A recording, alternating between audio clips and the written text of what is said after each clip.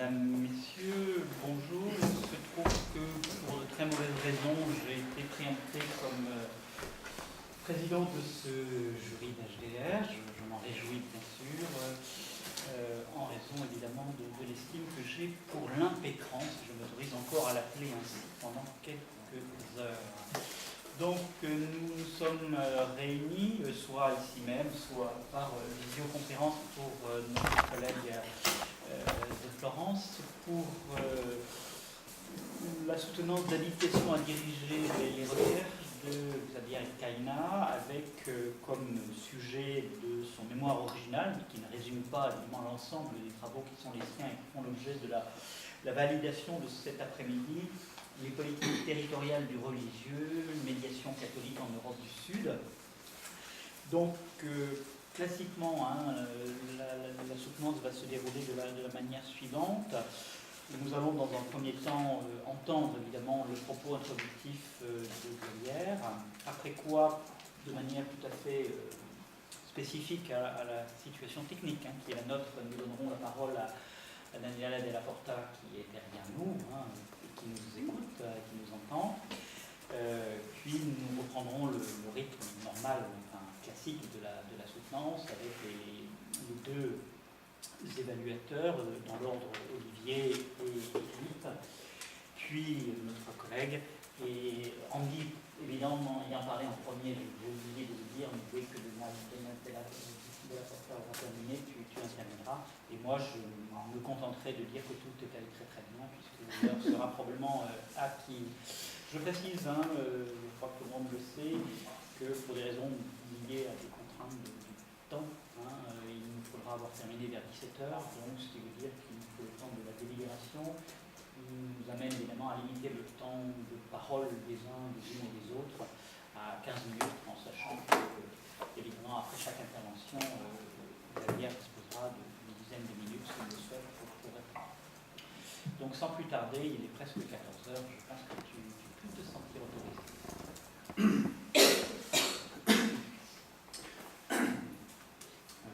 Monsieur le Président du jury, Madame, Messieurs les membres du jury, je ne reprendrai pas la liste des remerciements, je renvoie au texte et bon nombre de personnes qui sont dans la salle aussi s'y retrouveront, mais permettez-moi tout de même de vous remercier de vive voix pour votre participation à ce jury, à commencer par Andy Smith qui a dirigé ce travail et précisément, je crois, parce qu'il n'est pas un spécialiste du religieux, m'a aidé à en faire un travail de sociologie politique.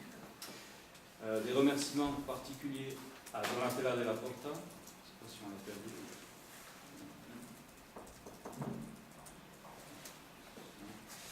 Elle a juste coupé l'image en fait. Ça marche encore, Xavier? Oui. Donatella, can you hear me? Oui. Ok. Je suis là, mais pour mieux Ok, vous great. comprendre. Très bien. J'ai coupé la vidéo, je vous accorde, Ok. ça marche d'autant Thank mieux you. que ça me consomme.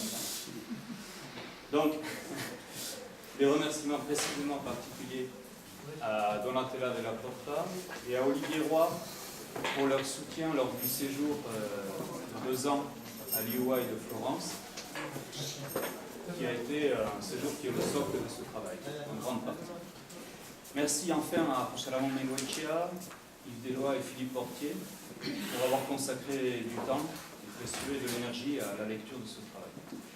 Bon, vous avez lu mon travail, donc j'essaierai vraiment de m'en tenir aux 15 minutes de présentation pour que nous puissions consacrer du temps à la discussion.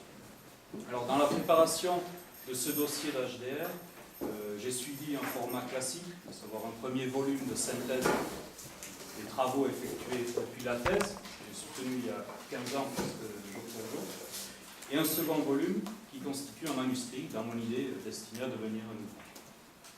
2 mots sur le volume de synthèse.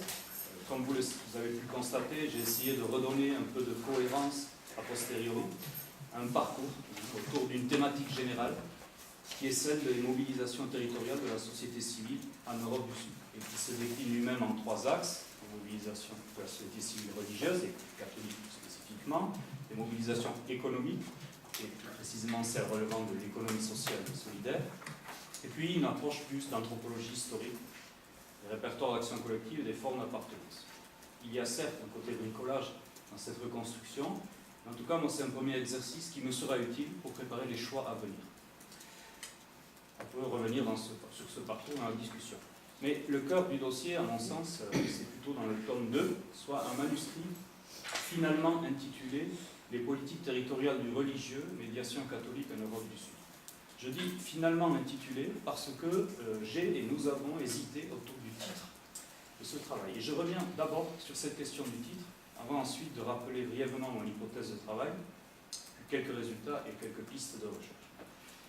Le titre. Mon projet Marie Curie, qui avait permis le séjour à Florence, s'intitulait « The Invisible Politics of Religion, Catholicism, Territory and Politics in Southern Europe ». J'y soulignais donc la dimension peu visible, au sens de peu publicisée, des politiques territoriales du religieux auxquelles je pensais. Ensuite, je me suis tourné vers un autre titre, et nous en avions discuté notamment avec Donatella de la Porta, qui était « The Other Catholics », les autres catholiques. Sous-entendu, et pour faire simple, les catholiques à sensibilité sociale, par opposition aux catholiques associés aux mobilisations sur les politiques familiales, éducatives, scientifiques, les enjeux dits civilisationnels, etc. Confronté à l'enquête de terrain, puis une fois en retour en France, en discutant notamment avec Jacques Pallard, chacun de ces deux titres posait problème. Le premier est politique invisible parce que certaines mobilisations que j'ai observées étaient au contraire fortement publicisées. Par exemple, sur la question de la paix au Pays Basque. Ceci étant, j'ai tout de même conservé l'idée de politique invisible pour la conclusion générale. Le second, les autres catholiques, parce qu'il laissait croire à une opposition toujours tranchée et toujours nette entre catholiques, disons, conservateurs et progressistes, où le clivage politique se calquait exactement sur le clivage religieux. Or, cette superposition, si elle s'avère opératoire sur certaines mobilisations et sur certains enjeux, est moins valide sur d'autres. Et on peut voir les mêmes acteurs religieux soutenir des positions politiquement vues comme contradictoires entre elles, mais qui se justifient d'un point de vue religieux, au nom par exemple d'une conception religieuse de la vie et du fœtus jusqu'au droit des migrants. J'ai donc préféré recourir à la distinction établie par Philippe Portier entre les catholiques de l'identité et les catholiques de l'ouverture, soit deux pôles, deux types idéaux, qui dessinent un espace, un continuum, sur lequel se placent à des degrés divers des acteurs situés, chargés d'idées, mais aussi de positions sociales, avec une infinité de nuances et de gradations. D'où le titre finalement retenu. Les politiques territoriales et religieuses, médiation catholique en Europe du Sud. Le titre peut être un peu plat, à revoir sans doute pour une publication, mais qui met en avant, deuxième point, l'hypothèse principale de ce travail, que je rappelle. L'idée, c'est qu'en période de polarisation des relations entre religion et politique, il existe un répertoire d'actions catholiques qui échappe à cette confrontation binaire et qui se caractérise au contraire par sa dimension de médiation. Et ce répertoire s'exprime d'abord sur des problèmes publics spécifiques. L'exclusion, la lutte contre les pauvretés et les nouvelles précarités, l'intégration des migrants, les conflits ethniques territoriaux, la violence politique, ou encore, même si je ne l'ai pas approfondi ici, la lutte contre la corruption ou contre le crime organisé. Au-delà d'une dépolitisation affichée, ce travail de médiation de l'Église n'en reste pas moins éminemment politique, en ce qu'il intervient directement dans la construction d'enjeux sociaux comme des problèmes publics territoriaux, soit, pour reprendre la distinction de Claude Gibert et Emmanuel Henry, de façon confinée, par l'expertise et par l'action sociale discrète, soit de façon publicisée, en suscitant ou en se joignant à des mobilisations sur ces enjeux. Il s'agissait donc de mesurer le travail politique des organisations catholiques, soit, au fond, les effets politiques de mobilisation entreprise par des acteurs religieux sur des enjeux, pour l'essentiel, non religieux. Ces mobilisations peuvent conduire à une visibilité du religieux, mais aussi, et c'est très souvent le cas, à l'enfouissement de la motivation proprement religieuse de l'action, pour reprendre la distinction de Noduriez et Pierre de Réchamp. C'est-à-dire, si je reprends une expression de Pontaillan, raison de Clusio, que les catholiques peuvent développer ce répertoire de médiation en agissant certes en tant que catholiques, mais aussi et même plutôt en catholique, c'est-à-dire quand la référence religieuse devient implicite et se mute en motivation éthique pour l'action. Conséquence méthodologique, il était indispensable pour saisir cette multiplicité de configurations de descendre au territoire pour avoir une perspective fine, plus fine des processus. Les formes d'interaction entre institutions catholiques et espaces publics sont peut-être, c'est vraiment une hypothèse, voilà, sont peut-être davantage plurielles à l'échelle territoriale et locale qu'elles ne le sont à l'échelle nationale, où l'agrégation des intérêts et la fabrique des porte-paroles durcit et politise chaque intervention de l'Église dans les débats publics. Mais surtout, à mon sens, il y a ce qu'on appelle des matrices territoriales différenciées, qui ont historiquement conduit à des régimes spécifiques d'articulation entre le religieux, le politique et l'économie. D'où le choix d'une mise en comparaison de territoires infranationaux en Italie, en Espagne et en France. Ensuite, je décline ce répertoire de la médiation en 4 volets, que je ne détaille pas. Le répertoire entrepreneurial, le répertoire de la subsidiarité, le répertoire de l'hospitalité et le répertoire de la paix. À des degrés divers, chacun de ces répertoires met en scène à la fois la dimension médiatrice de l'action collective catholique, mais également le pluralisme interne de l'institution, malgré un affichage unificateur. J'ai essayé de proposer des typologies avec toutes les limites de l'exercice de ces approches plurielles, que ce soit dans le rapport à l'action économique, au travail social, à la conception de la subsidiarité ou à la paix. Résultats et pistes de recherche. Sur la base de l'enquête empirique, la comparaison des territoires met en lumière 2 éléments principaux. Bon, d'une part, et de façon un petit peu attendue, les formes de publicisation des médiations catholiques territoriales sont peut-être les plus significatives dans les territoires, ici italiens et le basque du sud, le basque espagnol, où la forte sécularisation de la société, qui est un trait partagé par tous les territoires, contraste avec des modèles de relations Église-État qui favorisent encore de façon asymétrique l'Église catholique par rapport aux autres religions, et où la mémoire, surtout la mémoire de la forte imbrication des matrices politiques et religieuses territoriales est encore vivace. Alors, au-delà d'une conclusion qui ne ferait que transférer à l'échelle territoriale un contraste observé aux échelles nationales, ce que la comparaison des dynamiques territoriales met surtout en évidence concerne une grande proximité des répertoires catholiques à l'œuvre sur l'ensemble des territoires, y compris français. Et à bien des égards, je dirais que cette convergence par le bas des médiations territoriales catholiques complète une hypothèse de la convergence par le haut des modèles Église-État que Philippe Portier, dans un texte, avait repéré à l'échelle européenne. Ce rapprochement, dans les cas qui sont rapportés ici, s'explique en particulier par l'évolution transversale du catholicisme. Les territoires sur lesquels j'ai travaillé sont tous travaillés par une tension de fond entre un catholicisme social ancré localement et des mouvements catholiques transnationaux déterritorialisés, qu'ils soient charismatiques, restitutionnistes, néoclassiques ou autres, qui privilégient une éthique religieuse de la reconquête globale. Et donc ce pluralisme catholique se manifeste localement par des approches distinctes du travail social, de l'entrepreneuriat, de la subsidiarité, du rapport à l'État. Les mouvements catholiques globalisés, ou pour reprendre la thèse de la sainte ignorance, déconnectés de la culture, ou dans mon propos de leur matrice territoriale, agissent aussi à l'échelle locale, certes, mais en conférant une portée immédiatement transnationale et globale à une action en réseau. Et donc le rapport à l'Église locale, aux institutions de l'Église locale, se trouve distendu et compliqué chez ces organisations réticulaires globalisées, alors que le secteur le plus social de l'Église réactive, lui, son maillage territorial pour suppléer aux carences de l'État social, en particulier en temps de crise économique. Donc ce constat de pluralisme du monde catholique vaut, me semble-t-il, pour l'ensemble des territoires. Je ne reviens pas sur les insuffisances, tant sur le fond que sur la méthode de ce travail, je vous laisse ce soin.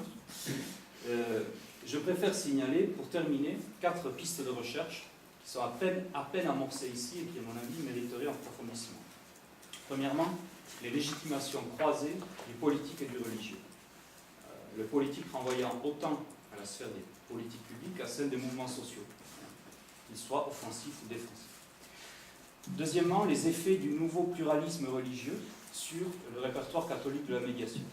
Une dimension un peu négligée dans ce travail qui est à creuser. Troisièmement, question de fond, je crois, le rapport normatif à la démocratie qui se dégage de cet interventionnisme catholique.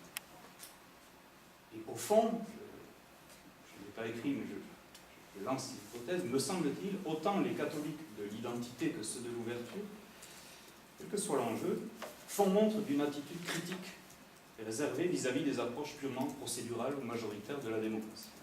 Pour ces collectifs, une décision est juste si elle est conforme à l'approche catholique du bien commun, et pas uniquement parce qu'elle a été adoptée à la majorité des voix.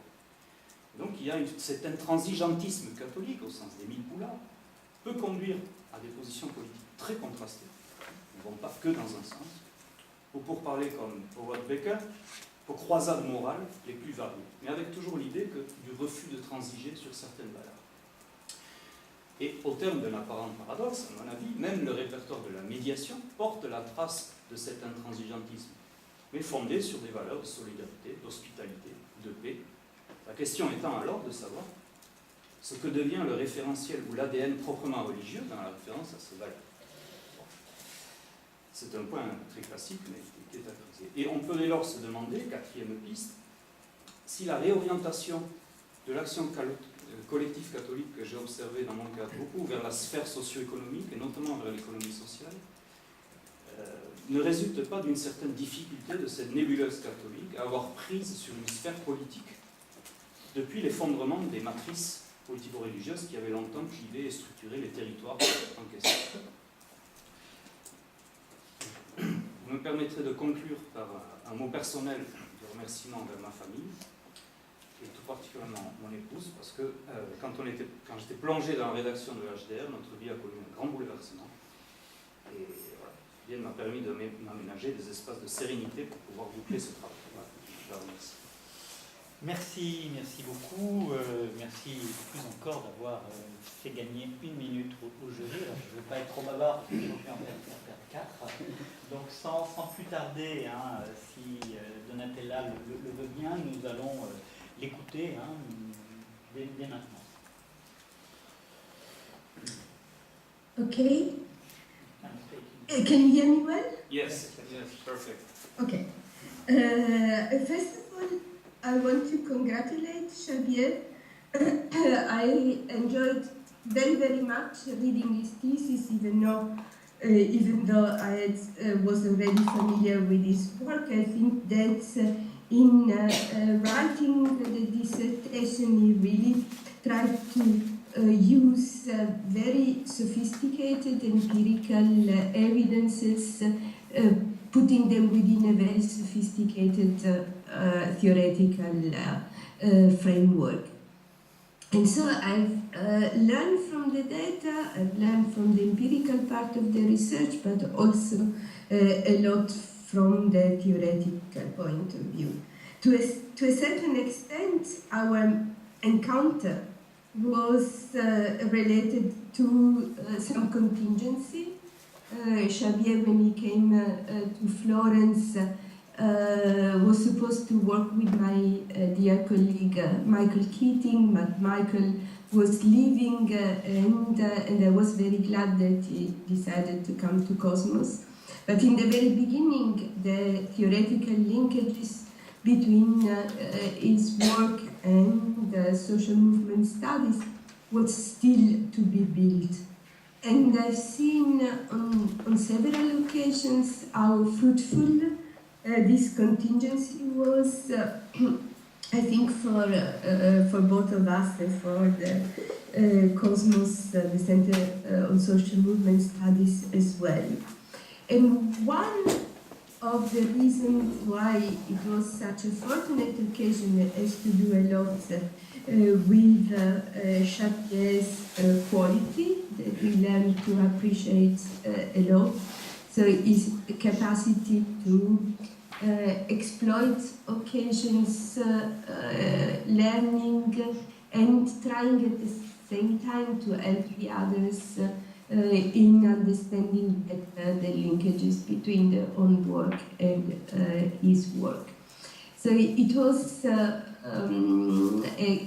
conjuncture that we had not predicted. I still remember when Xavier arrived, sort of exploring the potentials for collaborations.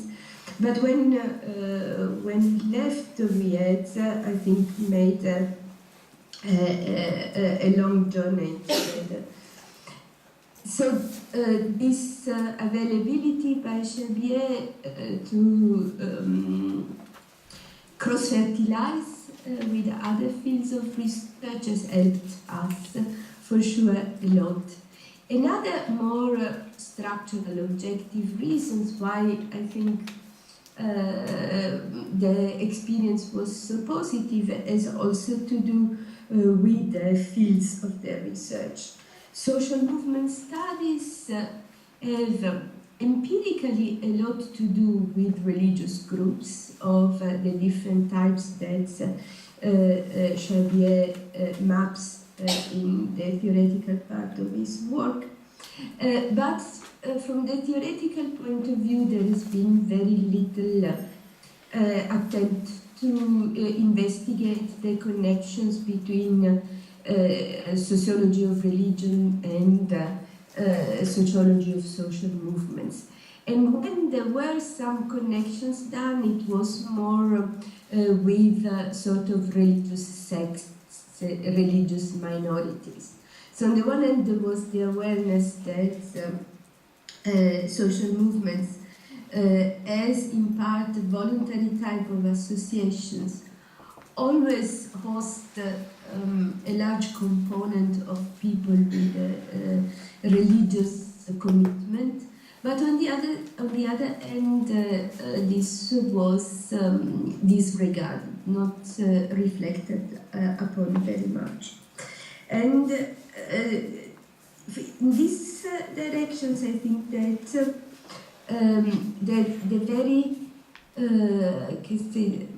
detailed empirical analysis which Xavier suggests about the different fields in which religious groups engage and different types of religious organizations, I think will be a path-breaking contribution to social movement studies.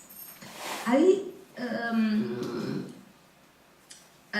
have two directions of questions, which are also questions towards the development of Xavier's work in the future. One is, he already started to do this. I think what could be interesting to discuss now is in synthesis. Social movement studies were helpful for understanding this group, but what does, and is there anything which remains as a sort of specific characteristics of Catholic types of organizations? And this in two respects. One, vis-à-vis other social movements organizations, what can we expect in terms of similarities and differences? Give just one example.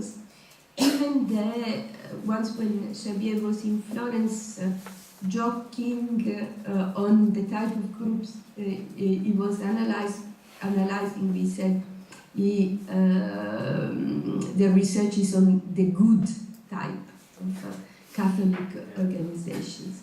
But for instance, even the good type of Catholic organizations needs to be respect a lot hierarchical type of linkages.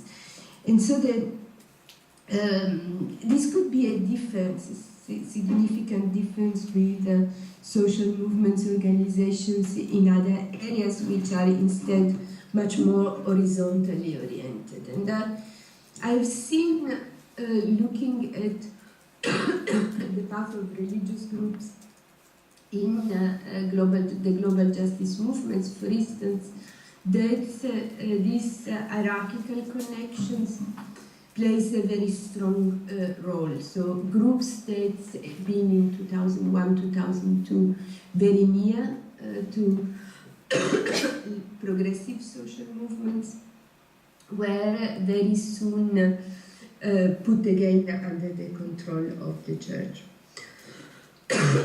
Second, and so I wondered to which extent or with reflections we could do on the characteristics of the commitment of this type of organization.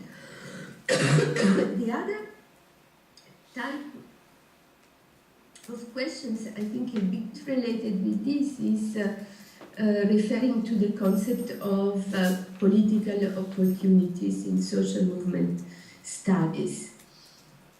It seems that also for the religious organizations that Chabier has analyzed political opportunities within the church tend to change. So, for instance, with this new pope, there seems to be quite a radical opening of political opportunities for some types of progressive groups, especially those active on social welfare issues and so on. So that's those religious activists that have been put aside in 2004 since 2004-2005 are now occupying important positions within important institutions of the church, including those which are not formally politicized, not directly involved in movement, but also I've heard of big changes affecting organizations like the Sant'Antonio institutions and so on. And so I wonder if this concept coming from social movement studies of political opportunities could be more explicitly used in a cross-time perspective, also to address or to derive expectations about the organizations that Chabier analyzed, and also in a cross-organizational perspective to try to understand how the positions in particular of the Vatican has affected the development of the different type of groups during the time covered by the empirical analysis. Since I have a bad cold and I barely can speak, I think for the moment I will stop here and let Chabier address these questions. Merci beaucoup, Gabriel. Je te sens peut-être concerné. Thank you, Donatella. Thanks a lot for these comments, and again, thanks also for your questions. If you can speak louder, either more loud or nearer to the microphone. Okay. Can you hear me now? Is it better? Yes, now yes. Yes, it's better. Okay. No, thank you, and I completely agree on what you said about the contingent dimension of our cross-fertilization, as you said. That's totally the case, and I think I'm really happy with this. Concerning your 2 points, the first, what is specific of these Catholic movements with respect to the other social movements? I think you're completely right. The specificity comes from the institutional belonging. I mean, there is this major, big institution, the Catholic Church, behind these movements. And this is why also I think, from the theoretical point of view, one has to deal with both social movements approaches, but also institutional and, in my case, historical institutional approaches in order to address properly the role of this institutional dimension. Now, there are among the organizations I had to work on, there are very, very different relations to the institution, as I tried to explain. There is of course a hierarchical dimension, but there is also a lot of plasticity in this institution. And sometimes even the organizations of what I call the Catholic nebula do not really present themselves as belonging to the institution. But in another moment during the interview, they refer to the Catholic institution. So there is a multiplicity of belongings, of institutional belongings, which makes that even the relation with the more authoritarian or the more hierarchical dimension of the churches can be very different. So, but sometimes, as you say, and this is something I would have to work more on, sometimes the hierarchical dimension really plays a role. I agree. Now on the second point, on the concept of political opportunity structure, yeah, you're right.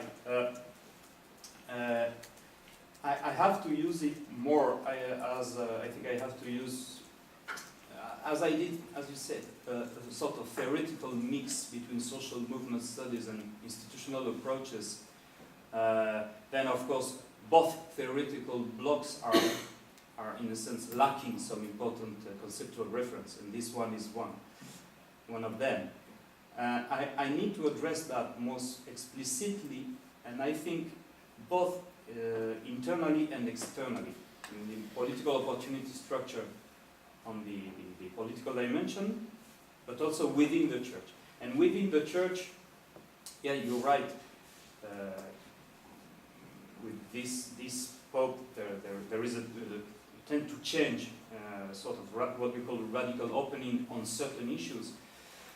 But to address this political opportunity structure properly, we should have, I think, a multi-scalar approach. Because what is true at the Vatican level is not necessarily true at the national level, at the level of the bargaining that occurs within the national meetings of bishops.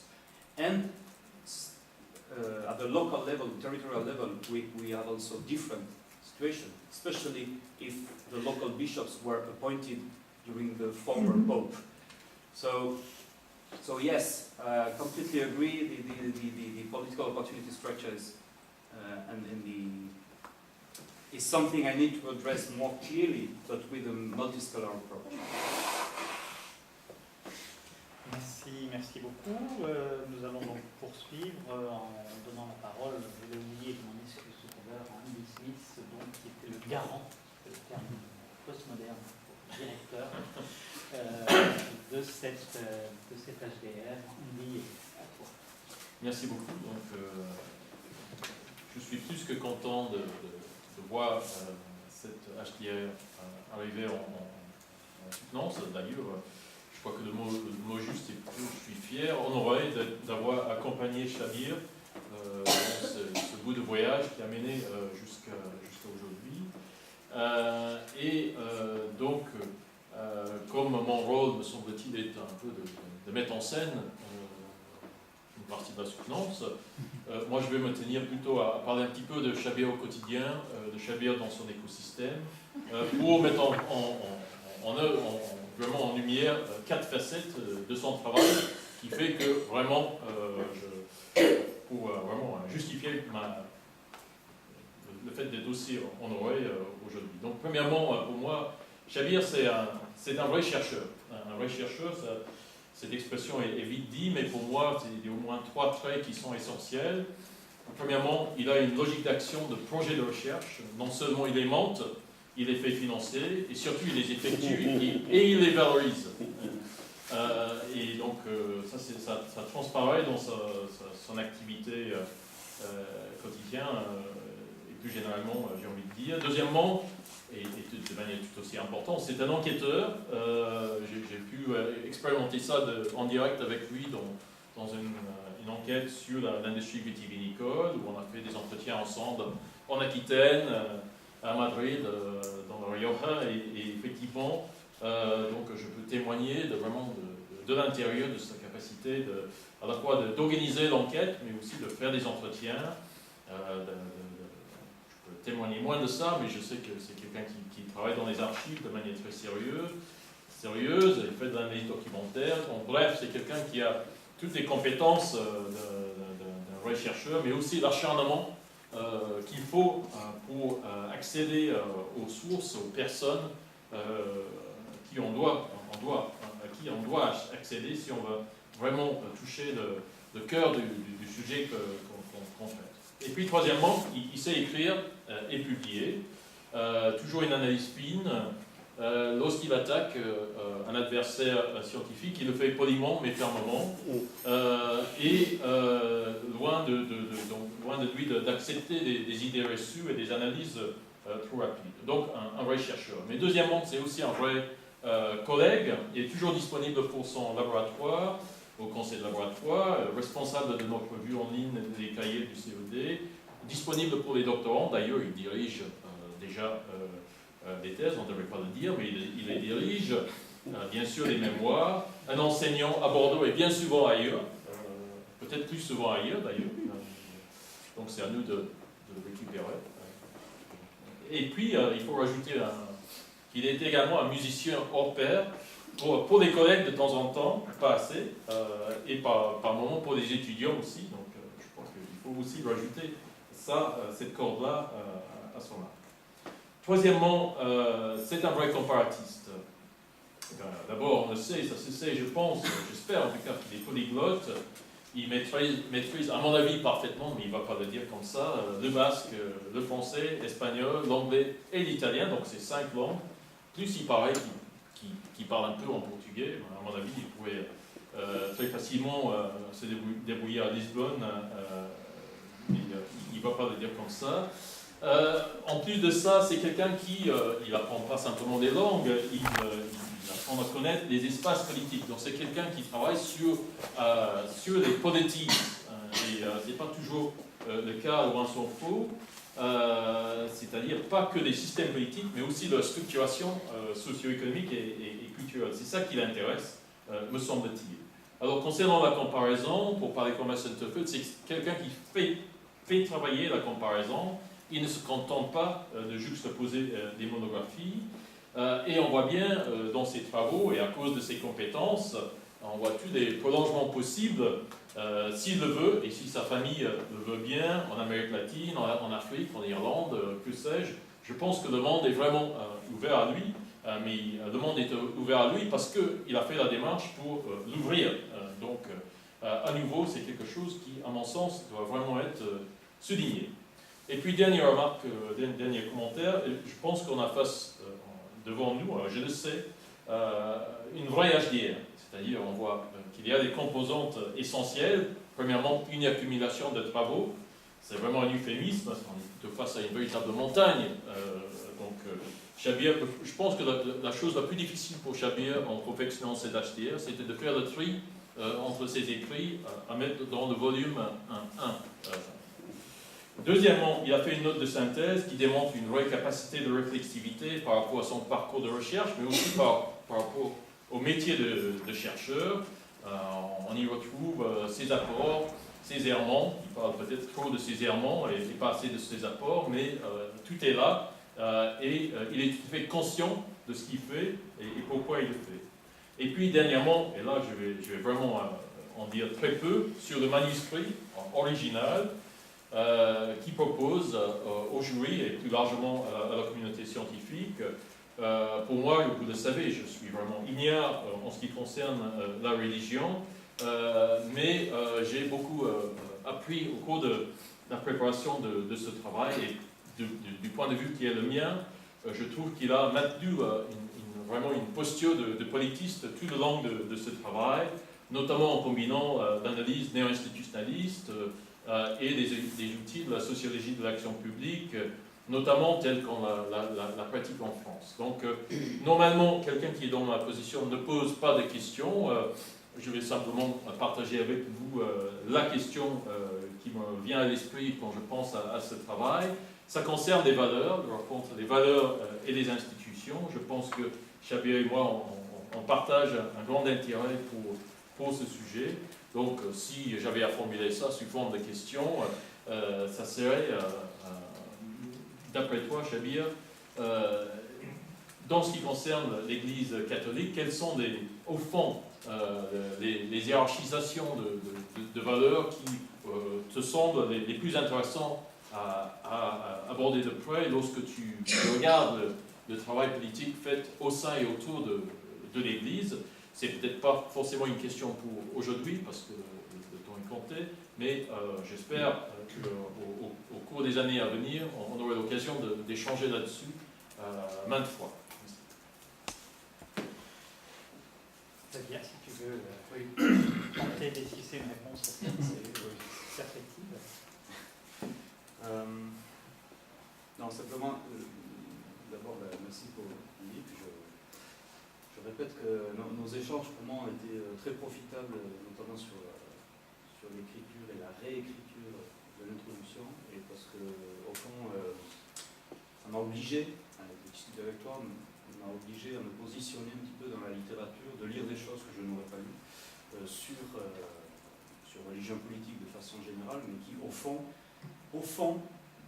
nous a mené à des clivages qui n'étaient pas si éloignés de ce qu'on trouvait en travaillant sur l'Union européenne et le gouvernement européen du vin, paradoxalement. C'est-à-dire voilà, les approches de choix rationnel d'un côté, les approches de l'institutionnalisme sociologique, les approches de l'Acton Network Theory, etc. Et puis des approches plus à sensibilité weberienne, qui est plutôt celle dans laquelle je m'inscris. Donc, paradoxalement, bon, même s'il y a côté biblique dans le vin aussi, mais enfin, moi j'ai appris ça, si tu veux, de notre échange. C'est ce que j'ai essayé de... Et en essayant, pour faire le lien avec la discussion avec Donatella de la Porta, en essayant de trouver un pont entre cette littérature institutionnaliste et puis des travaux sur les mouvements sociaux, peut-être pas suffisamment exploités, mais en essayant puisque au fond je travaillais sur des mouvements sociaux, mais avec une énorme institution derrière, voilà, très spécifique. Et très spécifique notamment dans ce que tu appelles la hiérarchisation des valeurs, et effectivement dans le travail politique qui est mené au sein de l'Église autour de ces valeurs. Et le travail politique, vraiment, je le prends encore une fois au sens que nous avons développé ailleurs de ces trois opérations qui consistent à problématiser des enjeux sociaux, à les construire comme des problèmes publics, à trouver des instruments ensuite, soit d'action collective, soit d'action publique, pour répondre à ces problèmes, et puis ensuite à légitimer ces actions. Ensuite, la hiérarchisation de ces valeurs, c'est ce que j'ai essayé de montrer, elle se fait de façon différente selon le segment de l'institution de laquelle on parle. Certains mettront les valeurs de solidarité au premier plan. Si d'autres segments mettent la défense d'un modèle traditionnel de la famille, par exemple, au premier plan, ce sont des hiérarchisations qui seront différentes. Alors que les mêmes valeurs peuvent être présentes dans toute la gradation entre les catégories de l'identité de l'ouverture, pour reprendre les types idéaux de question. Donc, effectivement, il faudrait que je travaille un peu plus sur comment cette hiérarchisation se met en scène. Merci beaucoup. Nous allons donc poursuivre en donnant la parole à votre premier rapporteur par ordre d'intervention, Olivier Roy. Nous sommes très contents de sa présence. Et moi, je suis très content d'être là. Ça tombe bien. Oui, j'ai évidemment été très très intéressé par tous les travaux de Xavier, parce que c'est passionnant en soi, parce qu'ensuite il me fait la politesse de dire que ma thèse se vérifie sur le terrain, ce que je suis jamais allé voir, donc ça fait toujours plaisir quand on vous ramène des preuves. Et du coup, ça m'intéresse aussi dans la mesure, oui, de ces conséquences sur le terrain. Parce que, il y a plein d'apports dans les travaux de Xavier, donc je ne vais pas les prendre un par un. Mais il y a un point qui me paraît essentiel, c'est le territoire. C'est la région. Xavier a essentiellement travaillé sur des régions, c'est-à-dire des territoires qui ont une certaine homogénéité, une certaine individualité, que ce soit le Pays Basque, les provinces italiennes, par exemple. Et dans ce contexte-là, Xavier s'intéresse aux religieux, c'est-à-dire, il le dit explicitement, bon, il prend ses distances par rapport à ce qui est dominant quand même dans l'essence sociale, c'est-à-dire de réduire le religieux à autre chose, hein, à la culture, à un jeu d'acteurs un jeu d'acteurs rationnels, à des jeux d'institutions, etc. Il essaie de comprendre chez les acteurs qu'il étudie qu'est-ce qui est de l'ordre du religieux. Hein. Ce qui est très très délicat, bien entendu, puisque les sciences humaines, par définition, sont séculières et sécularisantes, hein, ramènent bien entendu leur objet à du séculier. Et ce travail sur la région, et sur les acteurs régionaux, intervient à un moment donné où on a un changement de paradigme dans l'Église catholique, qui est très bien étudié par Xavier, alors que l'Église, pendant toute son existence, a eu un souci constant, c'est le maillage territorial, hein, surtout avec la réforme du XIe siècle, mais du coup un maillage territorial avec un jeu de hiérarchie de la paroisse à l'évêché, etc. Et puis, de manière plus intermittente, mais très forte au XXe siècle, l'inculturation, c'est-à-dire porter le message religieux au cœur de culture locale, donc étude des langues, traduction, usage de prêtres qui parlent la langue locale, intérêt, fusion, disons, de fêtes religieuses et de traditions locales, etc. Ça, c'est ce qui faisait la grande force de l'Église catholique, et tu l'as parfaitement mis en valeur dans le rôle de l'Église, par exemple, dans le Pays basque nord, pas français, nord. Bon. Ce paradigme craque, hein, on le sait, bon, enfin pas tout le monde, mais depuis les années, disons, 70, on a ce que j'ai appelé la déculturation du religieux, et on a la déterritorialisation du religieux. On voit l'Église, une partie de l'Église, mettre en cause son propre maillage territorial. Hein, crise de la paroisse, remplacement des... Enfin, pas remplacement. Dans l'Église, on ne remplace rien, de toute façon. Hein. On ajoute, comme toute institution qui se respecte. Hein. Rôle des fraternités pour former les prêtres non territoriales, etc. Et l'exemple qui est fascinant, c'est précisément l'exemple des Pyrénées-Atlantiques et de nouvel évêque des Pyrénées-Atlantiques, qui n'a rien à cirer de la culture basque, hein, mais qui s'intéresse de très près aux âmes et au salut de ses paroissiens. Donc c'est complexe. Hein. Et donc, à la fois avec le progrès de la sécularisation et ce basculement interne de l'Église catholique, qui est une conséquence parmi d'autres de ce progrès de la sécularisation, on a donc une crise de la relation de l'Église à la culture et au territoire. Et justement, ce qui est très très fort dans tes travaux, c'est que tu montres un petit peu quand la marée, qu'est-ce qui reste sur la plage quand la marée se retire. Qu'est-ce qu'il y a, hein, il n'y a pas que des coquillages. Il y a des acteurs laïques au sens ecclésiastique du terme, hein, qui prennent en main un certain nombre d'activités sociales, voire politiques dans les cas de médiation. Et l'analyse de ces acteurs est très bien faite parce qu'elle sort complètement du cadre qui est le cadre qu'on utilise, le cadre gauche-droite, c'est-à-dire plus ils sont libéraux en théologie, plus ils sont progressistes en politique, ce qui arrive parfois, mais ne veut strictement rien dire et surtout n'est pas du tout une clé opératoire. Hein. Il n'y a que Libération pour s'interroger de savoir si le pape est de droite ou de gauche. Hein. C'est une grille qui ne marche pas. Et évidemment, donc on est toujours déçu. Le pape déçoit toujours. Hein. Les laïcs, bien sûr. Hein.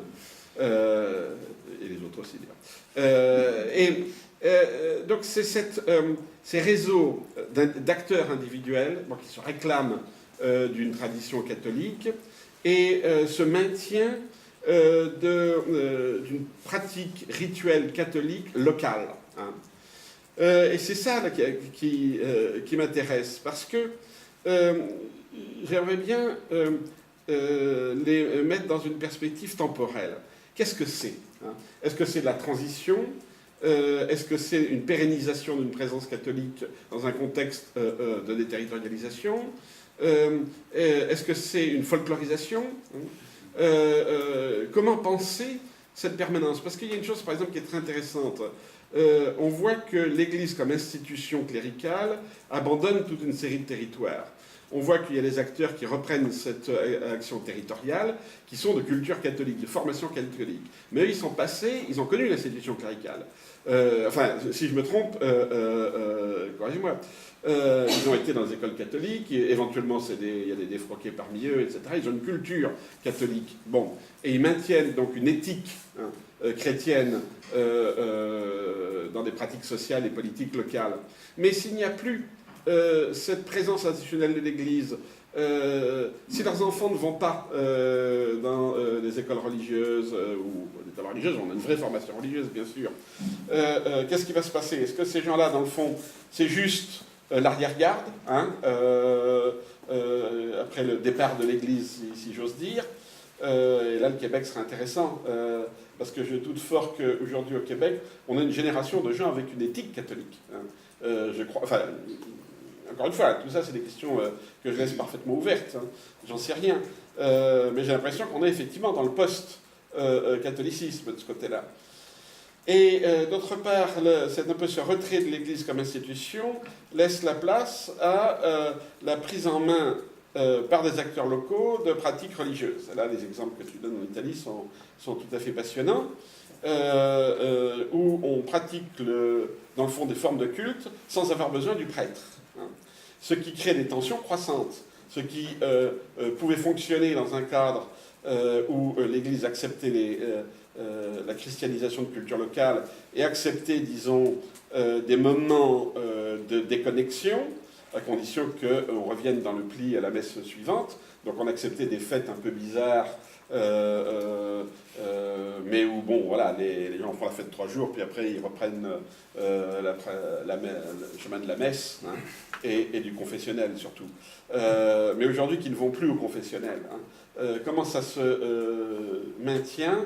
Et est-ce que finalement, à la fin, c'est pas le syndicat d'initiative qui va maintenir ces pratiques folkloriques parce que ça fait venir les touristes? Et alors là, c'est à la fin, à ce moment-là, évidemment, d'une certaine religiosité, quoi. On rentre dans quelque chose d'autre. Donc, ce qui m'intéresserait, c'est la mise dans une perspective temporelle de cette autonomisation des territoires qui apparaît, qui a peut-être toujours existé, mais qu'on voit maintenant par le retrait un petit peu d'une église institutionnelle, territorialisée, et qui prend en charge, dans le fond, la gestion des cultures locales. On va vers où, hein, si on peut le savoir, parce que ça serait trop... Si les sciences humaines pouvaient prédire l'avenir, on le saurait depuis longtemps.